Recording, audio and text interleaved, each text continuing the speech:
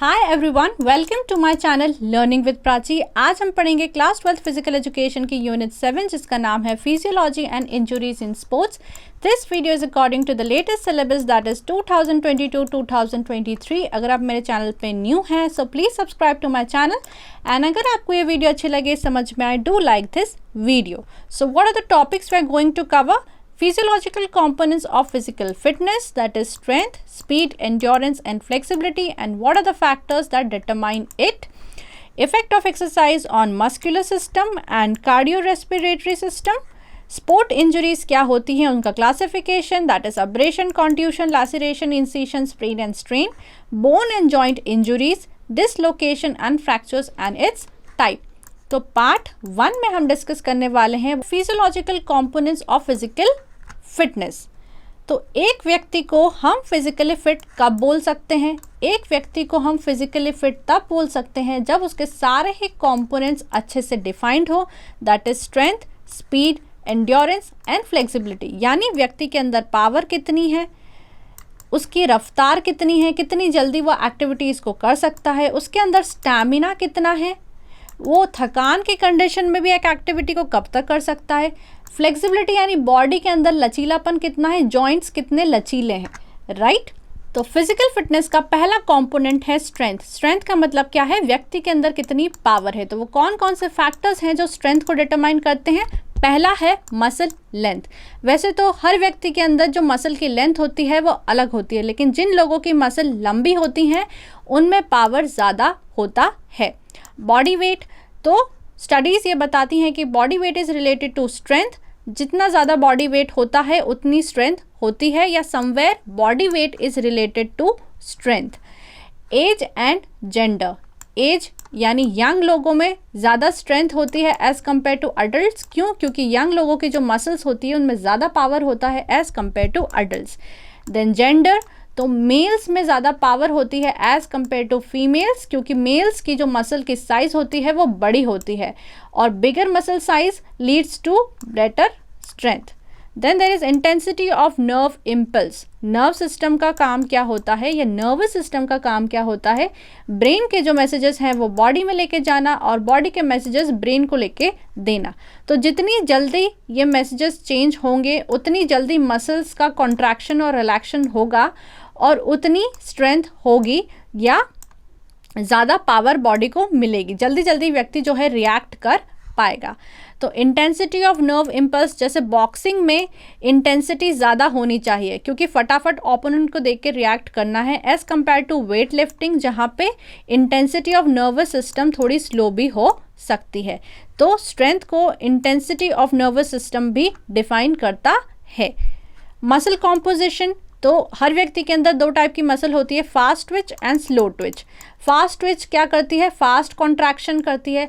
Fast contraction करती है, जो फोर्स है वो फटाफट से फास्ट मिल जाता है, right. Slow twitch muscle fibre जो होता है वो स्लो कॉन्ट्रैक्शन एंड रिलैक्सेशन करता है, जिससे जो स्ट्रेंथ या पावर मिलती है वो स्लो मिलती है, राइट। जो फोर्स होता है वो स्लो होता है, लेकिन यहाँ पे ये लॉन्गर ड्यूरेशन का फोर्स कौन देता है? Slow twitch muscle fibre. तो जब हमें जल्दी से पावर चाहिए तो हमें फास्ट ट्विच मसल फाइबर की ज़रूरत होती है, और एंड्योरेंस को बिल्ड करना है या ज़्यादा टाइम के लिए पावर चाहिए तो slow twitch muscle fibre help करता है।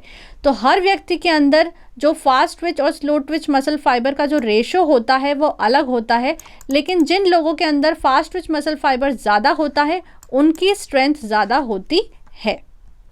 Next is physiological factors determining speed. यानी स्पीड का मतलब क्या है? रफ्तार, कितनी रफ्तार से एक व्यक्ति काम कर सकता है। तो this also depends on nervous system. तो नर्वस सिस्टम तो हर इंसान के लिए ज़रूरी है। नर्वस सिस्टम का काम ही होता है ब्रेन के मैसेजेस बॉडी में लेके जाना, बॉडी के मैसेजेस ब्रेन में लेके जाना, जिसके कारण जो मसल्स है फटाफट कॉन्ट्रैक्शन और रिलैक्सेशन कर सकती है। और जितनी ज़्यादा इंटेंसिटी से मैसेजेस ब्रेन और बॉडी के बीच में एक्सचेंज होंगे उतनी जल्दी मसल्स कॉन्ट्रैक्ट और रिलैक्स होंगी और उतनी जल्दी हम स्पीड को पकड़ सकते हैं। तो जितनी इंटेंसिटी जल्दी होगी उतनी स्पीड ज़्यादा होगी। फ्लेक्सिबिलिटी, अब फ्लेक्सिबिलिटी ऑल्सो डिटरमाइन स्पीड। क्यों? क्योंकि दौड़ने में जॉइंट्स का काम होता है और जॉइंट्स जितने ज़्यादा फ्लेक्सिबल होंगे स्पीड उतनी ज़्यादा होगी। एनर्जी स्टोर, तो ATP that is adenosine triphosphate, तो अब हर एक्टिविटी को करने के लिए एनर्जी चाहिए, और अगर बॉडी में एनर्जी नहीं रहेगी तो स्पीड जाए भाड़ में, स्ट्रेंथ जाए भाड़ में, राइट। तो स्पीड, स्ट्रेंथ के लिए हमारे लिए और एंड्योरेंस के लिए भी एनर्जी स्टोर का होना बहुत ज़्यादा ज़रूरी है। अगर बॉडी में एनर्जी नहीं रहेगी तो स्पीड कहाँ से लाएंगे, राइट। तो एनर्जी का होना बहुत ज़्यादा ज़रूरी है, और एनर्जी हमारी बॉडी किससे लेती है, एटीपी से। मसल कॉम्पोजिशन, तो अभी हमने डिस्कस करा कि हर व्यक्ति में जो रेशो है मसल कॉम्पोजिशन का वो अलग अलग हो सकता है। फास्ट ट्विच मसल फाइबर होते हैं और स्लो ट्विच मसल फाइबर होते हैं। फास्ट ट्विच मसल फाइबर जो होते हैं वो फटाफट कॉन्ट्रैक्शन करते हैं, रिलैक्सेशन करते हैं मसल का, और जल्दी से पावर प्रोवाइड करते हैं। Where as slow twitch muscle fibre जो होते हैं स्लो कॉन्ट्रैक्शन, रिलैक्सेशन करते हैं और स्लो पावर प्रोवाइड करते हैं। लेकिन एंड्योरेंस के लिए slow twitch muscle fibre important है क्योंकि वो देर तक पावर प्रोवाइड करते हैं। तो speed depends on ratio of muscle composition, that is fast Twitch और slow twitch muscle fibre.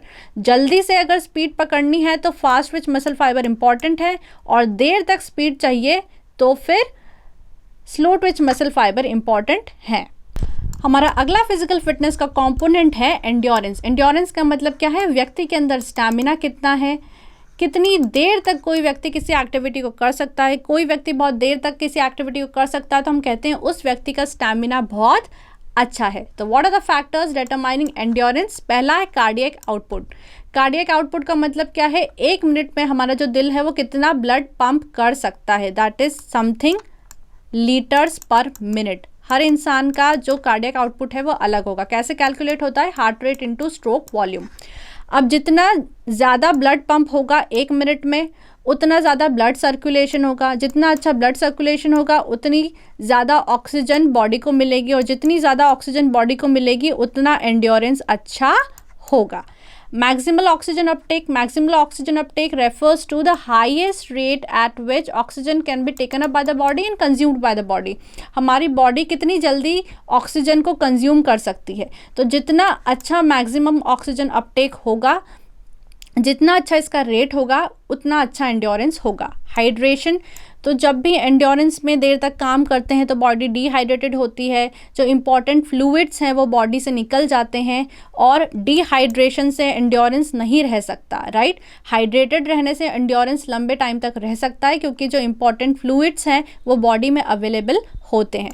Muscle composition, तो अभी हमने डिस्कस करा कि हर इंसान के अंदर फास्ट ट्विच मसल फाइबर होते हैं और स्लो ट्विच मसल फाइबर होते हैं। इनका रेशो हर इंसान में अलग होता है। Fast Twitch muscle fibre fast contract करके फास्ट फोर्स प्रोवाइड करते हैं, and slow twitch muscle fibre slow contract करते हैं और स्लो फोर्स प्रोवाइड करते हैं, लेकिन देर तक प्रोवाइड करते हैं। तो जैसे मैराथन रनर्स हो गए, उन्हें तो एंड्योरेंस की ज़रूरत होती है क्योंकि उनको तो देर तक भागना है, तो उनके लिए स्लो ट्विच मसल फाइबर ज़्यादा इंपॉर्टेंट होते हैं। Then there is pulmonary diffusion. Pulmonary diffusion refers to the exchange of oxygen and CO2 in the lungs. हमारे लंग्स में कितना जल्दी ऑक्सीजन और CO2 का एक्सचेंज होता है, तो जितना जल्दी ये एक्सचेंज होगा उतना एंड्योरेंस अच्छा होगा।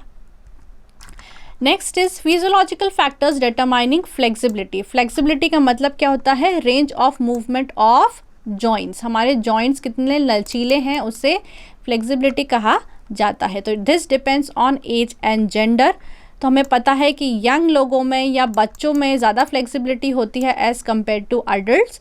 एंड जेंडर, तो फीमेल में ज़्यादा फ्लेक्सिबिलिटी होती है as compare to males due to anatomical differences.